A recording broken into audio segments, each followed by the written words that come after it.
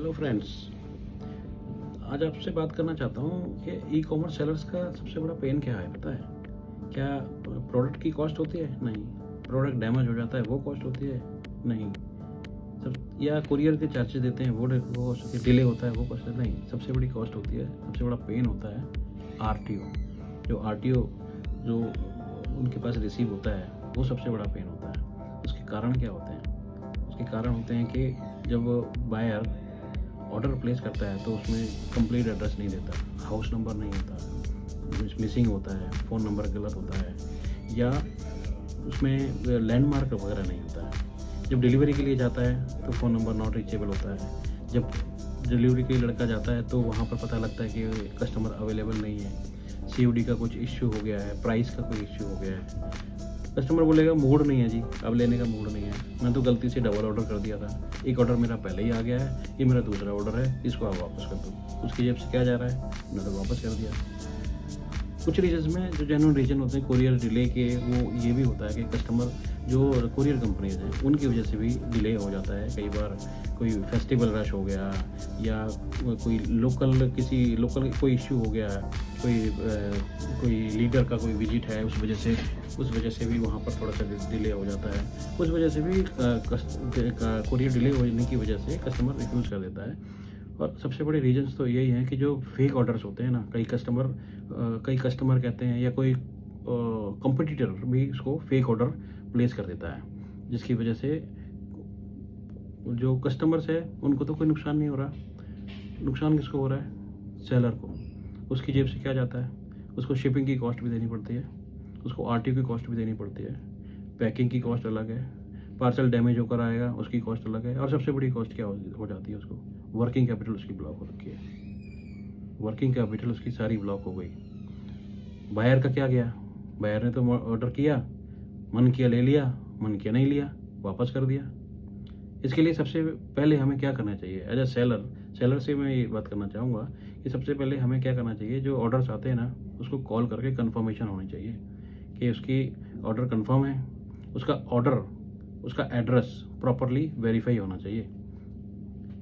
ये तो चलो ये हो गया जब हमारे पास कस्टमर का ऑर्डर आ गया है।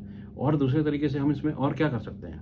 हमें हाई रिस्क जो पिन कोड्स होते हैं ना, जहाँ पता लगता है कि हाँ इन एड्रेसेस पे आरटीओ ही आता है, कुरियर लेते नहीं है, उन पिन कोड्स को ही हमें ब्लॉक कर देना चाहिए। और हमें प्रीपेड ऑर्डर्स को बढ़ाना चाहिए, आईवीआर कॉलिंग करनी चाहिए कस्टमर्स के लिए, कंफर्मेशन करनी चाहिए कि भाई आप इंटरेस्टेड हो, व्हाट्सएप कॉल करो, आईवीआर कॉल करो। और दूसरा तरीका इसका ये भी हो सकता है कि कुछ थोड़ा सा मतलब उसको बोलेंगे सीओडी को प्रीपेड में कन्वर्ट करके 50-50 कर लो। सीओडी थोड़ा सा अमाउंट सीओडी का, थोड़ा सा अमाउंट प्रीपेड का, मतलब कि कुछ परसेंटेज ऑफ सीओडी अमाउंट वो कस्टमर से पहले ले लेने चाहिए, ताकि उसकी जेन्युइनिटी जो है कस्टमर के साथ सेलर की जेन्युइनिटी बन जाए, उसको भी कुछ फील हो कि हाँ मेरा पैसा गया हुआ है, तो वो जेन्युइन कस्टमर की तरह ट्रीट करे।